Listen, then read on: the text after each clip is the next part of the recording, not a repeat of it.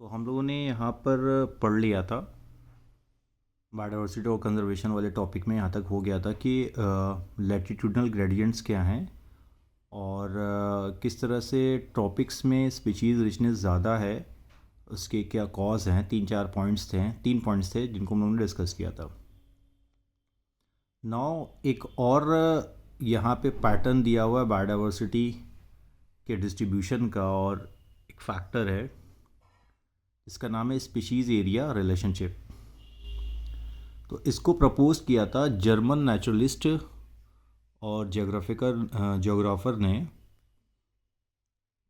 जिनका नाम है अलेक्जेंडर वॉन हम्बोल्ट। और इन्होंने बोला कि किसी पर्टिकुलर एरिया में जैसे जैसे हम उस एरिया को एक्सप्लोर करते हैं, उसका साइज़ बढ़ाते हैं, तो स्पीशीज़ रिचनेस भी बढ़ता चला जाता है। ठीक है, यानी कि इंक्रीज द एक्सप्लोर्ड एरिया। आप किसी रीजन में एरिया को एक्सप्लोर करते चले जाइए, बढ़ाते चले जाइए, तो स्पीशीज रिचनेस बढ़ेगा, लेकिन एक सर्टेन लिमिट तक। ठीक है, एक सर्टेन लिमिट तक। ये साउथ अमेरिकन जंगल, मतलब अमेजन रेन फॉरेस्ट की बात करें, वहाँ पे ये अपना टहल घूम रहे थे। वहाँ पे ये देख रहे थे कि छोटा एरिया उन्होंने एक्सप्लोर किया, घूमे, तो कम स्पीशीज़ रिचनेस मिला। जैसे जैसे बढ़ते चले गए, स्पीशीज रिचनेस बढ़ता चला गया। तो इन्होंने बोला कि जो स्पीशीज़ रिचनेस और एक्सप्लोर्ड एरिया का रिलेशन है वो हाइपरबोला मैनर में दिख रहा है, हाइपरबोला मैनर में। ठीक है, कि the relation between species richness and the area for different taxa, जैसे angiosperm plant, birds, bats, fresh water fishes के लिए ये रेक्टेंगुलर हाइपरबोला बना रहा है। ठीक है, लेकिन अगर इस रिलेशनशिप को हम लोग इक्वेशन वाइज लेकर आएँ तो ये स्ट्रेट लाइन जाता है। ध्यान रखिएगा, एक तो इस तरह से जाएगा हाइपरबोला, अभी ग्राफ में शो कर दूंगा। लेकिन अगर इसको लॉग के स्केल के पर लेकर आए, हम लोग लॉग स्केल पर देखें, तो ये क्या होगा, स्ट्रेट लाइन बना देगा। उसके लिए फार्मूला ये दे दिया इन्होंने, जहाँ पे एस स्पीशीज़ रिचनेस है, एरिया है, जेड स्लोप ऑफ लाइन या रिग्रेशन कोफिशियंट है, और सी इक्वल टू वाई इंटरसेप्ट है। मतलब सी वो है जो वाई एक्सिस को इंटरसेप्ट करेगा। अब कुछ वैल्यू दी हुई है कि अकॉर्डिंग टू द इकोलॉजिस्ट, जो डिफरेंट इकोलॉजिस्ट हैं उनके अनुसार जो वैल्यू जेड की है ना, स्लोप ऑफ लाइन जिसे कह रहे हैं, वो रेंज करती है 0.1 टू 0.2। ठीक है, टैक्सोनॉमिक ग्रुप कोई भी हो, whether it is the plants in Britain और बर्ड्स इन द कैलिफोर्निया और मोलास्क इन न्यूयॉर्क। ठीक है, तो सब जगह जो जेड की वैल्यू है वो 0.1 से 0.2 हो सकती है, यानी कि स्लोप ऑफ रिग्रेशन जो है, इसी की बात हो रही है। ये वैल्यू इतनी रेंज करेगी। ठीक है, फॉर ऑल टैक्सोनॉमिक ग्रुप्स, चाहे वो कहीं का भी हो। अब ये डायग्राम है, जो ग्राफिकल डायग्राम दिया हुआ है। स्पीशीज़ रिचनेस बढ़ रही है जैसे जैसे हम एरिया क्या कर रहे हैं, एक्सप्लोर कर रहे हैं। लेकिन जब एरिया यहाँ पर आ रहा है तो आप देखिए स्पीशीज़ रिचनेस क्या हो रही है, रुक जा रही है ना। अब इससे ऊपर नहीं जा रही है, यहीं पर रुक जा रही है। ठीक है, तो ये क्या हो रहा है, हाइपरबोला बन रहा है, S equal to C A power Z. लेकिन अगर इसको लॉग स्केल पे लेकर आ रहे हैं तो ये क्या हो रहा है, स्ट्रेट लाइन बना रहा है। तो अगर इसको हम लोग कन्वर्ट करेंगे लॉग पे, तो ये आएगा log S plus equal to log C plus Z log A. Right, तो अभी पीछे क्या बोला गया, जो इकोलॉजिस्ट के अनुसार कि 0.1 से 0.2 होगा वैल्यू जेड की, वो कोई भी टैक्सोनॉमिक ग्रुप हो वैल्यू वही होगी।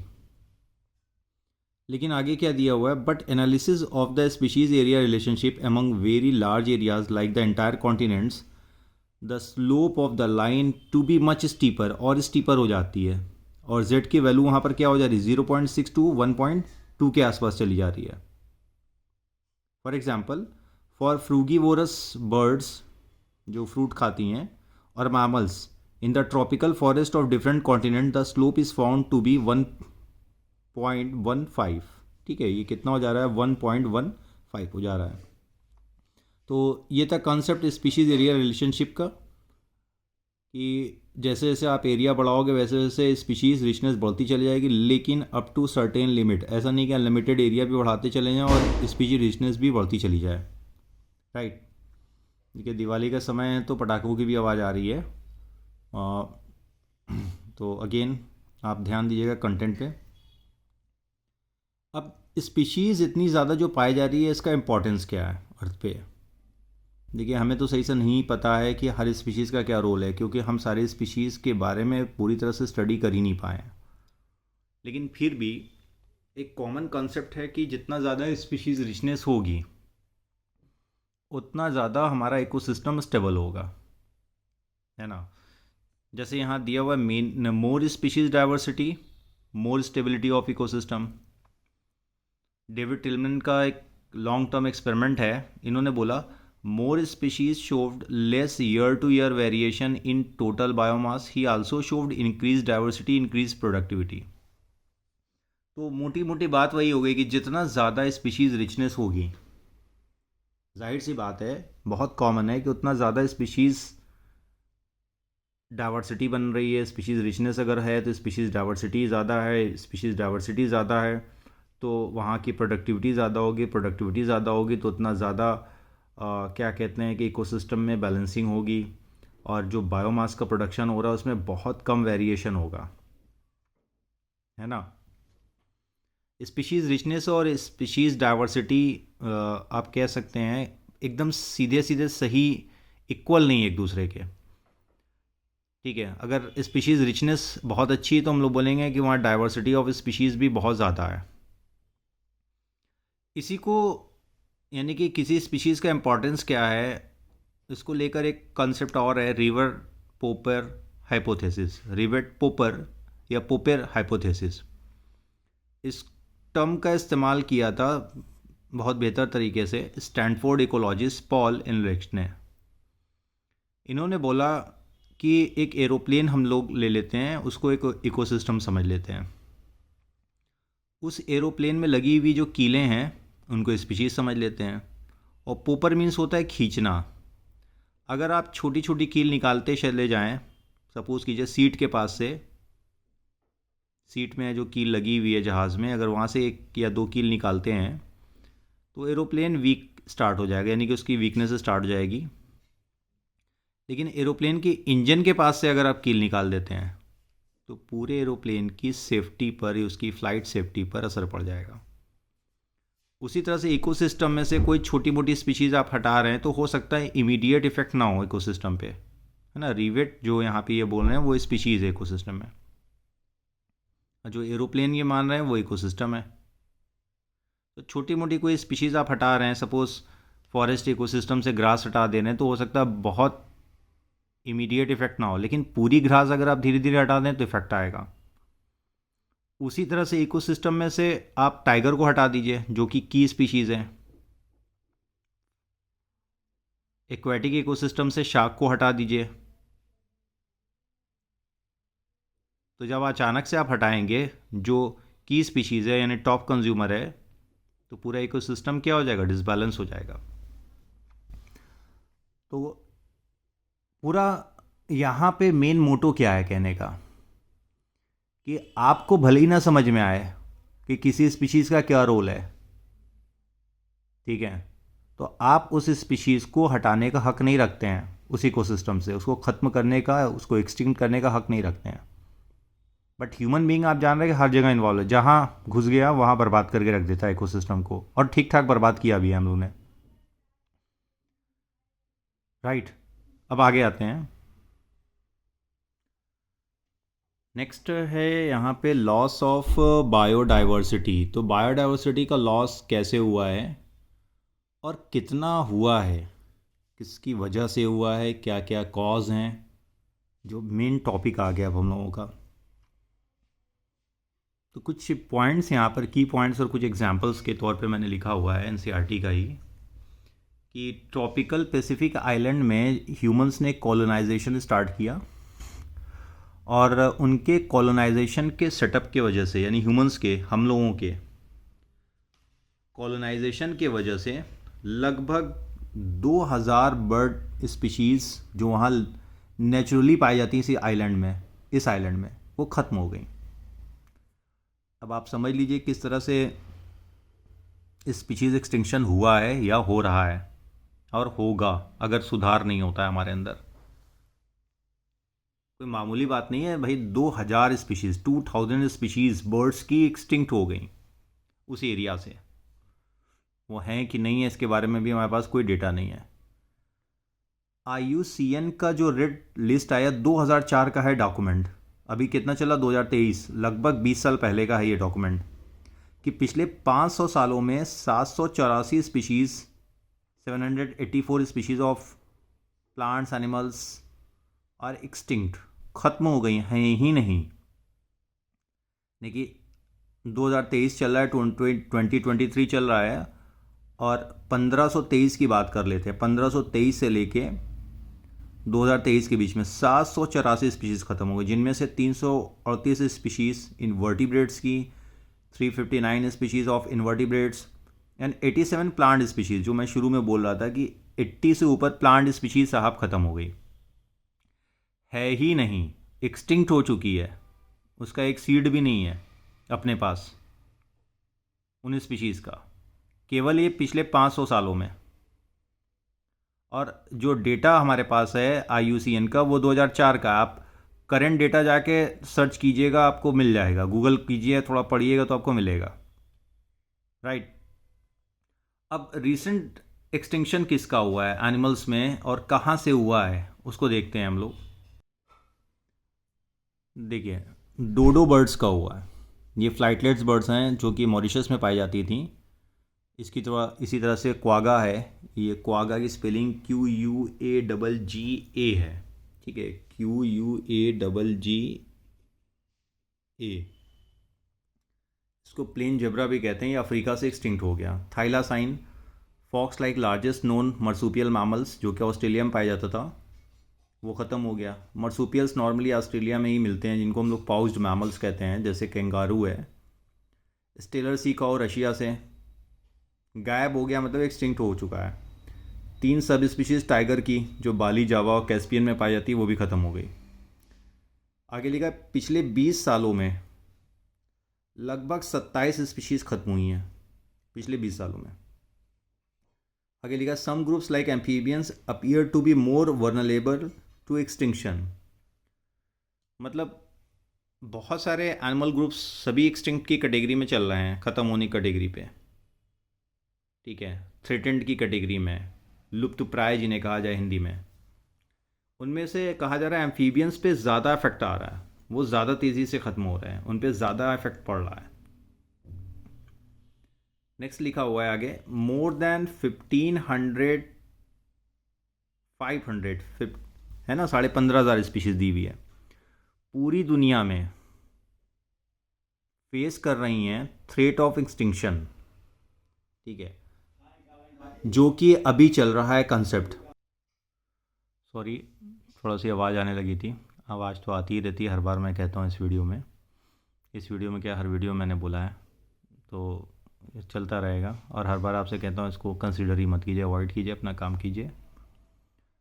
तो जो अभी का सिनेरियो चल रहा है, ग्रिम सिनेरियो, मतलब ज़्यादा ख़तरनाक सिनेरियो जो एक्सटिंक्शन का है, उसमें 12% सारी बर्ड स्पीशीज़ फेस कर रही हैं, सारी bird species, 23% mammals, 32% all amphibian species, 31% all gymnosperm species ये फेस कर रही हैं थ्रेट ऑफ एक्सटिंक्शन।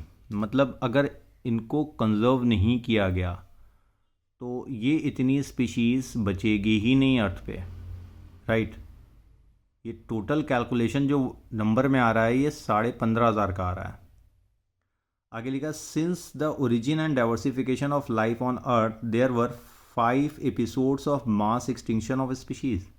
ऐसा नहीं है कि अर्थ बनने के बाद स्पीशीज़ का एक्सटिंक्शन नहीं हुआ है, 5 एपिसोड हो चुके हैं, 5 बार ऐसा हुआ है, मास एक्सटिंक्शन हुआ है स्पीशीज़ का।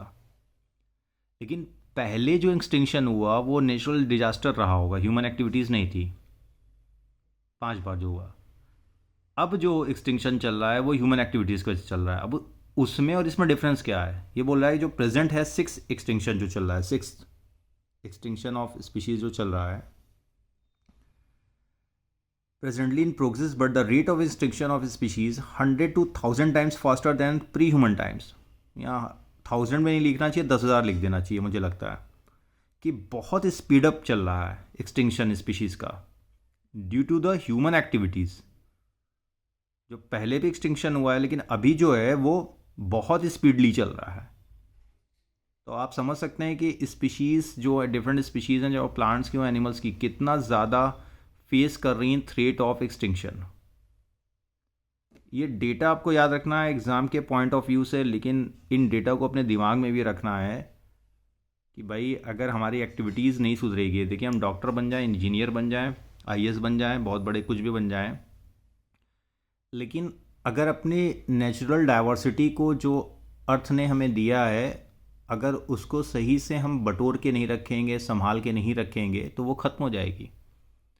ऐसा ना हो कि 50 साल बाद आप बूढ़े हो जाएं और किसी से, अपने बच्चों से, अपने पोती पोता से, नाती नाता से कहें कि भाई हम लोग आम खाते थे, तो बच्चे कहेंगे भैया आम क्या होता था, तो आप कहेंगे नहीं हम लोग आम खाते थे। सपोज़ कीजिए कि अगर मैंगो की स्पीशीज़ ही एक्सटिंक्ट कर जाए तो हम क्या बताएंगे उनको? हम लोग बोलेंगे टाइगर होता था, तो कहेंगे दिखाओ टाइगर, तुम फ़ोटो बस दिखा पाएंगे। तो ह्यूमन एक्टिविटीज़, अब आप ये सोचेंगे भाई हम क्या कर सकते हैं। भाई साहब आप अपने लेवल पे जो कर सकते हैं कीजिए। अभी ये तरीके नहीं बताए जाएंगे कैसे कीजिए।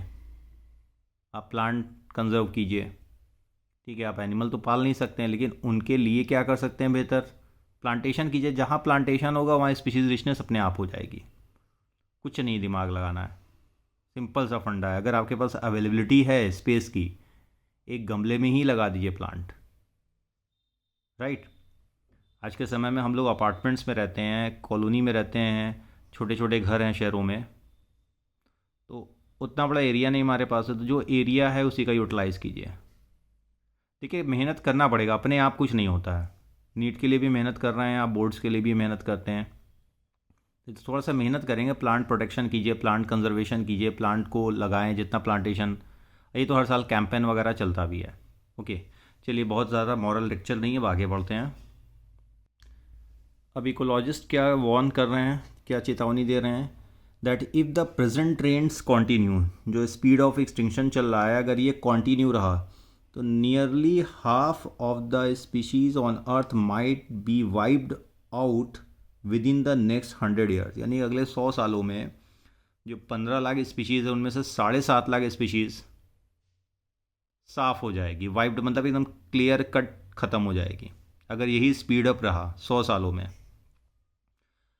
तो जाहिर सी बात है कि अगर लॉस ऑफ बायोडाइवर्सिटी इसी तरह चलता रहा तो कोई रोक नहीं सकता है। अब इफ़ेक्ट ऑफ बायोडाइवर्सिटी लॉस, इस पर बहुत कुछ लिखा जा सकता है, बहुत कुछ बोला जा सकता है कि अगर डाइवर्सिटी लॉस होगी, प्लांट्स और एनिमल्स की वैरायटी ख़त्म होती है, तो इसका क्या इफ़ेक्ट आएगा। तो कुछ पॉइंट्स हैं जिनको हम लोग यहाँ देखें। डिक्लाइन इन प्लांट प्रोडक्शन, सीधी सी बात है, डाइवर्सिटी लॉस होगी तो प्लांट प्रोडक्टिविटी घट जाएगी। Lowered resistance to environmental perturbation, यानी डेविएशन, डिस्टर्बेंस बहुत ज़्यादा होंगे। एनवायरमेंटल कंडीशन या क्लाइमेटिक कंडीशन बहुत कांस्टेंट नहीं रहेगी, तो जितनी ज़्यादा वेरिएबिलिटी इंक्रीज़ करेगी क्लाइमेट में या इकोसिस्टम में, उतना ज़्यादा प्लांट की प्रोडक्टिविटी वेरी करेगी। वाटर यूज़, पेस्ट और डिजीज़ साइकिल वेरी कर जाएगी। बहुत सारी बीमारियां आ सकती हैं, बहुत सारे नए पेस्ट आ सकते हैं, कुछ पेस्ट ख़त्म हो सकते हैं, कुछ क्या ज़्यादा ही पेस्ट ख़त्म हो सकते हैं। अब कॉज क्या है बायोडाइवर्सिटी लॉस के, उन पे आते हैं।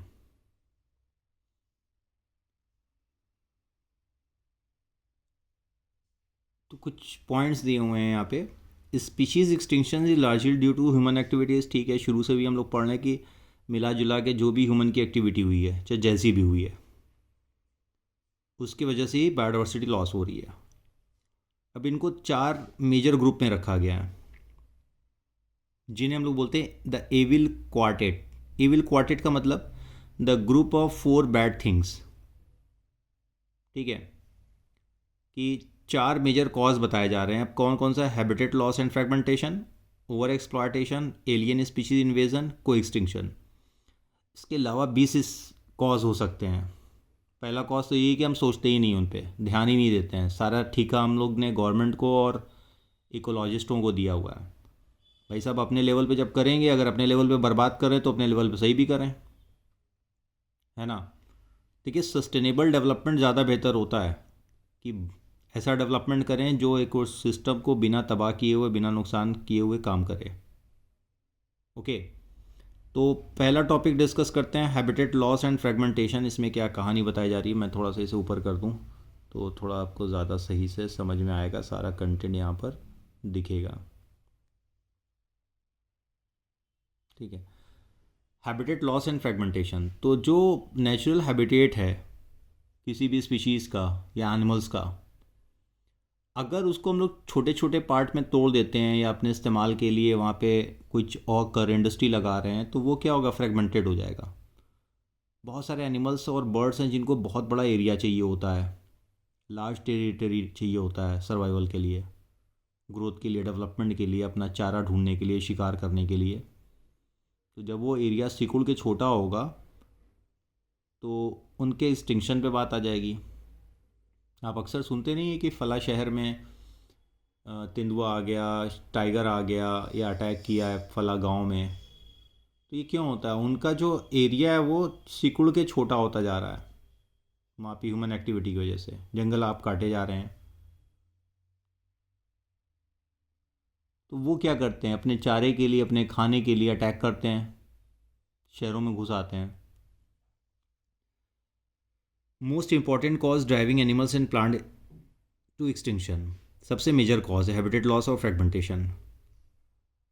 Most dramatic example of habitat loss come from the tropical rain forest, जो शुरुआत में 14% था, अब घट के कितना हो गया, 6%। किसी समय ये 14% होता था पूरे अर्थ के लैंड एरिया का, अब ये घट के 6% हो गया ट्रॉपिकल रेन फॉरेस्ट, जहाँ स्पीशीज रिचनेस सबसे ज़्यादा है। एक बड़ा इंपॉर्टेंट पॉइंट लिखा है कि by the time you finish reading this chapter 1000 more hectares of rainforest would have been lost। कितनी बड़ी बात कही जा रही है कि आप चैप्टर ये ख़त्म कर रहे होंगे जब तक, तब तक हज़ारों हेक्टेयर रेन फॉरेस्ट लॉस हो चुके होंगे, उनकी कटाई हो चुकी होगी। जैसे एग्जांपल के तौर पे दिया है, the Amazon rain forest cut and cleared for cultivating soybeans or being cut for conversion of grassland for raising beef cattle. तो अमेजन रेन फॉरेस्ट जो सबसे रिच स्पीशीज़ डाइवर्सिटी रखता है, उनको काटा जा रहा है, साफ़ किया जा रहा है सोयाबीन की खेती के लिए। इसके अलावा वहाँ चरागाह बनाए जा रहे हैं, ग्रासलैंड के मैदान बनाए जा रहे हैं कैटल के चरने के लिए। तो ये कहाँ का दिमाग है मुझे नहीं पता, लेकिन क्यों ये बर्बाद किया जा रहा है ये सभी को पता है। Pollution also play an additional role in degradation of many habitats. तो पॉल्यूशन तो मेजर कॉज है ही है, जिस हिसाब से पॉल्यूशन बढ़ रहा है, किसी भी तरह का पॉल्यूशन हो, वाटर पॉल्यूशन हो, एयर पॉल्यूशन हो, सॉइल पॉल्यूशन हो, नॉइज़ पॉल्यूशन हो, रेडियो एक्टिव पॉल्यूशन हो। अब तो पॉल्यूशन हटा ही दिया सिलेबस से, इन्वायरमेंटल इशू वाले चैप्टर में था पहले। तो पॉल्यूशन का भी बहुत बड़ा रोल है, जिसकी वजह से स्पीशीज़ रिचनेस क्या हो रही, ख़त्म हो रही है। ठीक है, नेक्स्ट आते हैं, दूसरा जो कॉज है, एक पॉइंट रह गया था, ये पहले मैंने बता दिया था लेकिन फिर भी देख लीजिए। Due to habitat fragmentation of large habitats, mammals and birds adversely affected because they requiring large territories. तो बर्ड्स और मैमल्स को ज़्यादा बड़ा एरिया चाहिए होता है रहने के लिए, अपना खाना ढूंढने के लिए। लेकिन जब हैबिटेट फ्रेगमेंटेशन किया जाएगा तो इन पे सबसे ज़्यादा इफेक्ट पड़ता है। इसके बाद दिया हुआ ओवर एक्सप्लॉयटेशन। भैया अगर ज़रूरत लालच में बदल जाए, है ना, क्या लिखा, when need turns to greed, मतलब जितनी ज़रूरत है उसके हिसाब से अगर हम काम करते हैं तो ठीक है, लेकिन किसी स्पीशीज़ पे डिपेंडेंसी बहुत ज़्यादा बढ़ जाती है, उसका एक्सेसिव यूज़ अगर आप करते हो तो वो स्पीशीज़ क्या हो जाएगी, ख़त्म हो जाएगी, चाहे वो प्लांट हो, चाहे एनिमल, या कोई भी नेचुरल रिसोर्स हो। अब पेट्रोलियम पे अंधाधुंध इस्तेमाल शुरू हो गया तो अब लोग ग्रीन एनर्जी की तरफ आ रहे हैं, बैटरी की गाड़ियाँ आ रही हैं, सोलर पैनल लगाए जा रहे हैं। क्यों? क्योंकि वो ख़त्म हो रहा है, नेचुरल रिसोर्स था, ख़त्म हो रहा है। उसी तरह से आप चाहे प्लांट हो, एनिमल, अगर उनका आप अंधाधुंध इस्तेमाल करते हैं, ओवर यूज़ करते हैं, तो वो क्या होंगे, ख़त्म हो जाएंगे। जैसे दिया हुआ है, जो अभी हम लोगों ने पढ़ा भी था पहले, कि स्टिलर सी काऊ, इसके अलावा पैसेंजर पीजन दिया हुआ है, ये सब ओवर यूज़ के वजह से ख़त्म हो गए पिछले 500 सालों के अंदर। इसके अलावा बहुत सारी मैरीन स्पीशीज़ जो हैं फिशेस की, वो इतनी ज़्यादा हार्वेस्ट की जा रही है, यानी इतनी ज़्यादा फिशिंग हो रही है समंदर में कि they are endangering the continued existence of some commercially important species. मतलब ये फेस कर रही हैं उस चीज़ को कि ये भी एक्सटिंक्ट कर सकती हैं, ख़त्म हो जाएंगी। तो over use, habitat loss and fragmentation हो गया। अब तीसरा आते हैं एलियन स्पीशीज़ इन्वेजन, दिया हुआ है।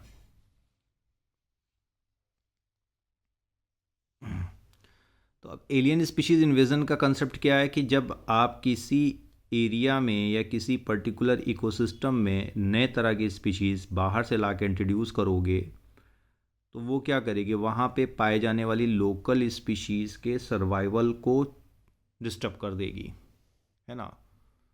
कि इंट्रोडक्शन ऑफ एलियन और exotic species in a particular area may cause decline और एक्सटिंक्शन ऑफ इंडिजिनस यानी लोकल स्पीशीज़।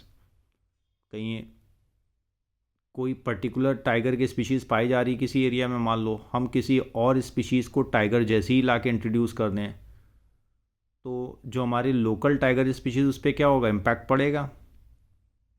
और ऐसा भी हो सकता है कि उनकी पॉपुलेशन धीरे धीरे ख़त्म हो और अंत या लास्टली वो एक्सटिंक्ट कर जाए।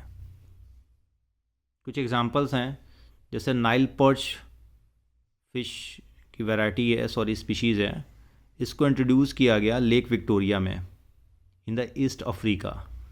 तो इसको जब वहाँ पर ला के इंट्रोड्यूस किया गया उस झील में जो कि लेक विक्टोरिया कहलाती है, वहाँ पे एक्सटिंक्शन हो गया 200 लोकल स्पीशीज़ ऑफ चिचलिट फिश का इन द सेम लेक। समझ सकते हैं आप कितना ज़्यादा एक्सटिंक्शन हुआ होगा। आप किसी फॉरेन स्पीशीज़ को ला के बिना सोचे समझे उस एरिया में इंट्रोड्यूस कर दें केवल अपने शौक़ के लिए।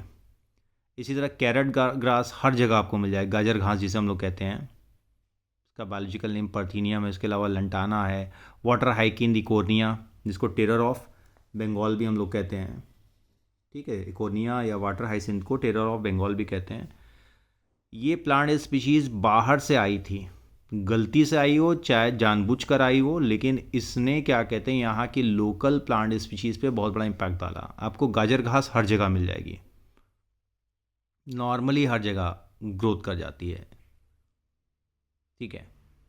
इसके अलावा दिया हुआ है illegal introduction of African catfish Clarias gariepinus posing a threat to the indigenous catfishes in our rivers.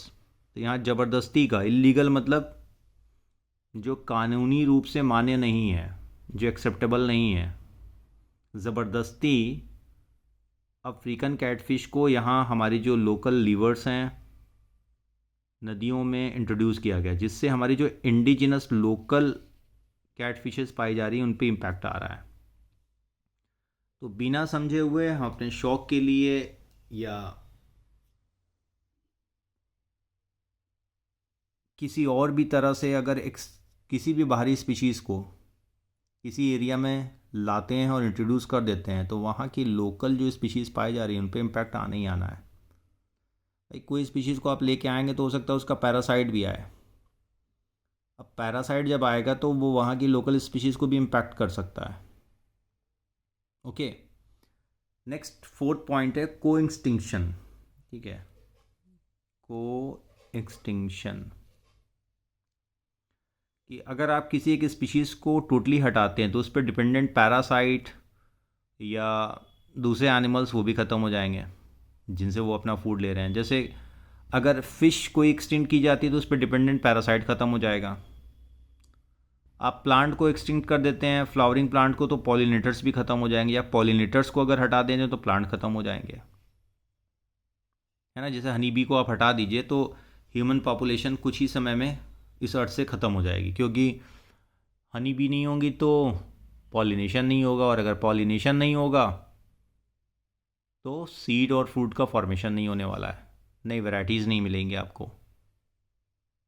तो ये 4 कॉज थे जो बड़े इंपॉर्टेंट हैं, मेन पॉइंट हमने यहाँ से लिए हैं। अच्छा एक बात और, लगातार बोलने में कभी कभी कोई मिस्टेक होती होगी तो उसको आप लोग देख लीजिएगा, देख क्या लीजिएगा, मतलब ध्यान मत दीजिएगा उतना मिस्टेक्स पे। और अगर लगता है कि नहीं ये पॉइंट सर ये और अच्छे से इस जगह पे हमको लिखना था, ये मिस्टेक है, तो आप कमेंट कर दीजिए हमको, हम उसको कोशिश करेंगे कि सही कर लें अगर एडिटिंग पॉसिबल हुई। नेक्स्ट है बायोडाइवर्सिटी कंजर्वेशन। ठीक है, बायोडाइवर्सिटी कंजर्वेशन कैसे कंजर्व करें। तो कंजर्वेशन के लिए कुछ रीज़न्स दिए गए हैं और कुछ अप्रोच दिए गए हैं। रीज़न तो कोई रीज़न ही हमको स्पेशल नहीं निकालना है क्यों कंजर्व करें, ठीक है। बहुत सारी वजह, जैसे इनको अलग अलग कैटेगरी में अगर हम लोग डिवाइड करें तो नैरोली यूटिलिटेरियन, मतलब ह्यूमन बेनिफिट के लिए क्या है। तो ह्यूमन नेचर से हर तरह का रिसोर्स ले रहा है, वो कुछ भी हो, चाहे खाना हो, चाहे इंडस्ट्रियल प्रोडक्ट्स हों, कंस्ट्रक्शन मटेरियल्स हों, फायरवुड हो, एनीथिंग, सब कुछ रिसोर्स आप ले रहे हैं नेचर से। और अगर सही से इस्तेमाल नहीं करेंगे तो ख़त्म हो जाएगा वो। जैसे दिया है 25%, ठीक है। 1 मिनट, घंटी बज गई, देख लूँ कौन है। तो presently more than 25% of drugs sold in the market are derive from the plants. तो जितना आप ड्रग्स या मेडिसिन मार्केट में देख रहे हैं उनमें से 25% प्लांट से बनाई जा रही है, प्लांट से ली जा रही हैं उनके, चाहे रूट से, चाहे स्टेम से, चाहे लीफ से, चाहे फ्लावर से, चाहे फ्रूट से, किसी भी पार्ट से बनाई जा रही हैं। और 25,000 स्पीशीज़ प्लांट्स की ऐसी हैं जो कि ट्रेडिशनल मेडिसिन में इस्तेमाल होती हैं, जैसे नीम, हल्दी, इनको हम लोग अपने ट्रेडिशनल मेडिसिन में इस्तेमाल करते हैं, आयुर्वेदिक सिस्टम में आप कह सकते हैं। आगे लिखा, nobody knows how many more medicinally useful plants present in tropical rain forest. तो किसी को नहीं पता है क्योंकि हमने एक्सप्लोर ही नहीं किया है, पता ही नहीं है, हमने आइडेंटिफाई नहीं किया है कि कितनी अभी और प्लांट स्पीशीज़ हैं जो जिनसे हम दवाएं बना सकते हैं, और पता चला जब तक हम ढूंढें तब तक वो ख़त्म भी हो जाए। एक टर्म आया बायो प्रॉस्पेक्टिंग। तो बायो प्रॉस्पेक्टिंग का मतलब क्या होता है, exploring molecular genetic and species level diversity for the products of economic importance. इसी को बायो प्रॉस्पेक्टिंग कहते हैं। अब इस पर बहुत टाइम नहीं वेस्ट करेंगे हम लोग, बस इतना ध्यान रखिए। आगे आते हैं ब्रॉडली यूटिलिटेरियन पे क्या कहा जा रहा है कि biodiversity plays a major role in many ecosystem services that nature provide. जैसे Amazon rain forest 20% oxygen produce करता है अर्थ पर, टोटल ऑक्सीजन का। पॉलिनेशन बहुत इंपॉर्टेंट सर्विस है, अगर पॉलिनेशन ना हो तो आप समझ सकते हैं कि किस तरह की कहानी हो सकती है। और अगर आप मैन मेड पॉलिनेशन कराने जाएँ तो उसका खर्चा कितना होगा। आप जाके ऑक्सीजन ख़रीदें मार्केट से तो उसका खर्चा कितना हो जाएगा। ये सारी चीज़ें फ्री में मिल रही हैं हमको। इसके अलावा एस्थेटिक प्लेजर है कि आप पार्क में या घने जंगलों में घूम रहे हैं तो कितना अच्छा महसूस होता है। ये सारी कुछ वजह है जो जिसकी वजह से हम कंजर्वेशन करना चाहिए हमें बायोडाइवर्सिटी का। वजह बहुत सारी है, अनलिमिटेड है, राइट। नेक्स्ट एथिकल रीज़न है कि क्या एथिकल रीज़न है, तो हमारी मॉरल ड्यूटी है कि जो हमको नेचुरल रिसोर्सेज मिल रहे हैं, जो हमारी कंट्री में या हमारे एरिया में जो रिसोर्सेज प्रेजेंट है उनको हम बचा कर रखें ताकि हमारी फ्यूचर जनरेशन भी उसका इस्तेमाल कर सके। क्योंकि हर स्पीशीज़ की अपना इंटरनल रोल है, इंट्रिंसिक वैल्यू है, भले ही उसके बारे में हमको पता ना हो कि वो हमारे लिए फ़ायदेमंद है या नहीं है, ठीक है। तो अब कैसे कंजर्वेशन करेंगे। कंजर्वेशन के लिए यहाँ पे कुछ अप्रोच दिए हुए हैं कि इन सीटू कंजर्वेशन हो सकता है, ex situ conservation. In situ conservation on site conservation है जहाँ पर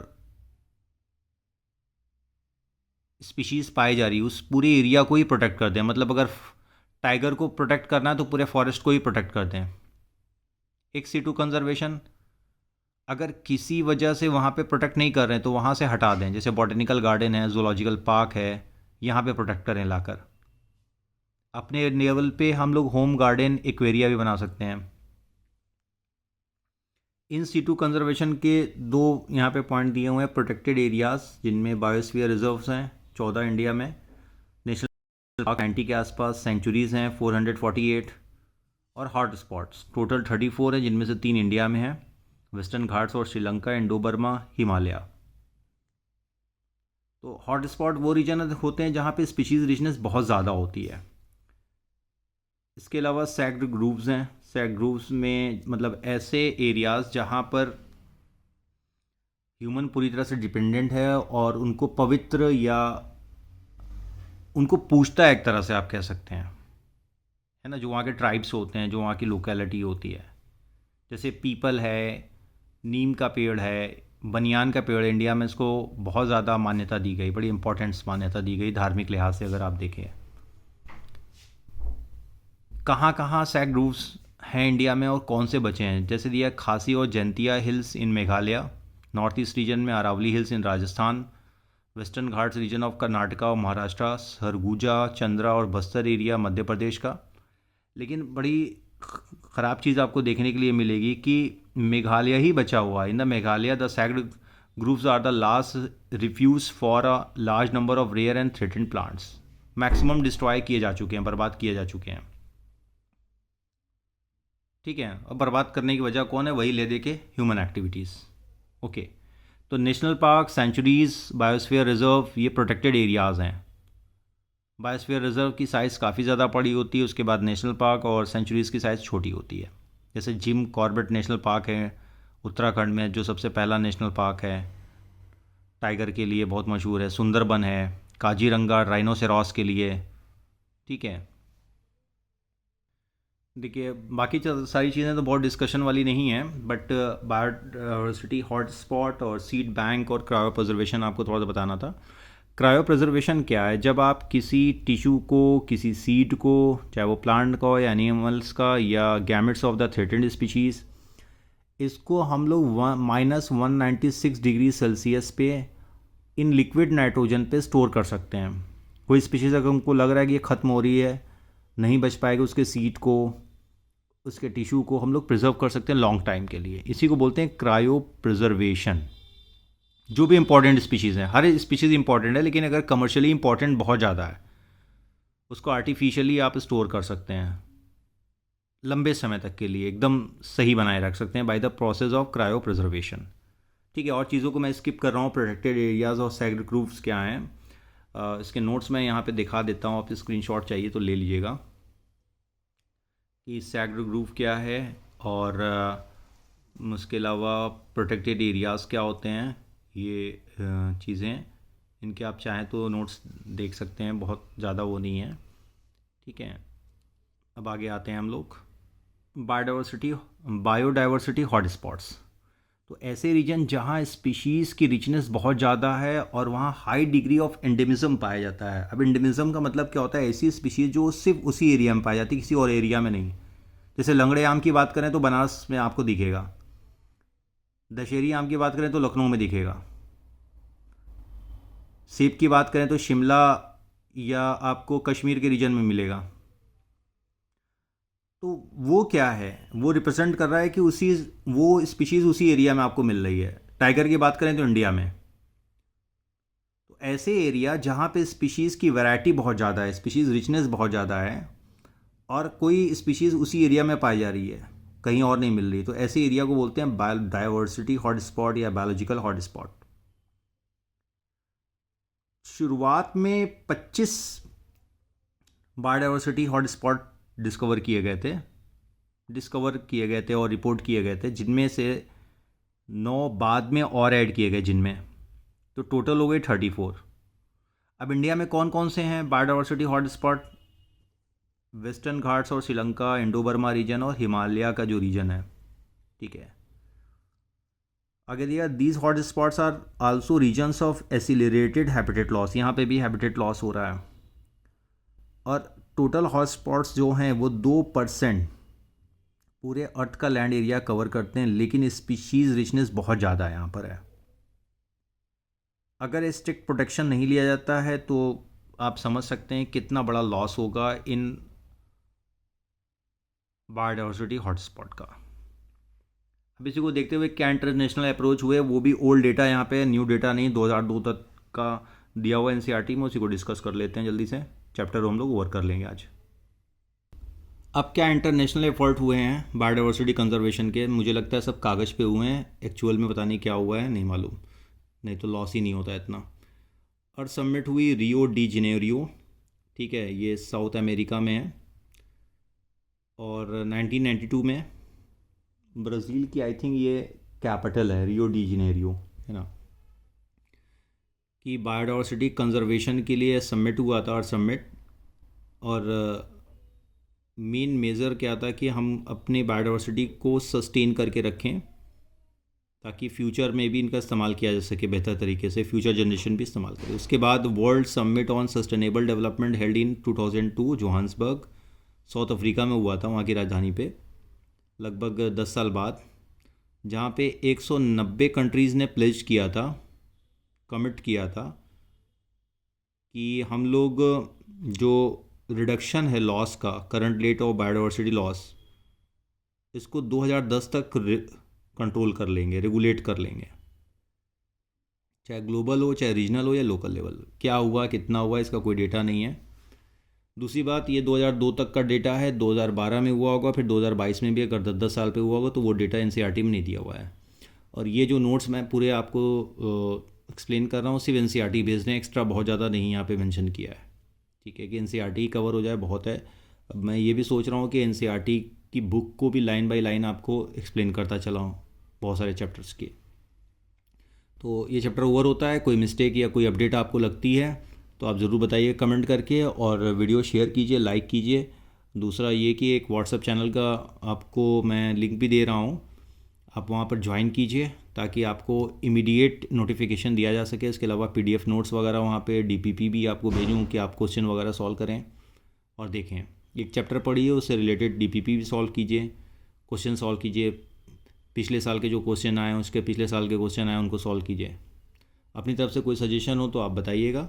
अच्छा लगे तो लाइक कीजिए और शेयर कीजिए। शुक्रिया, मिलते हैं फिर नेक्स्ट वीडियो में।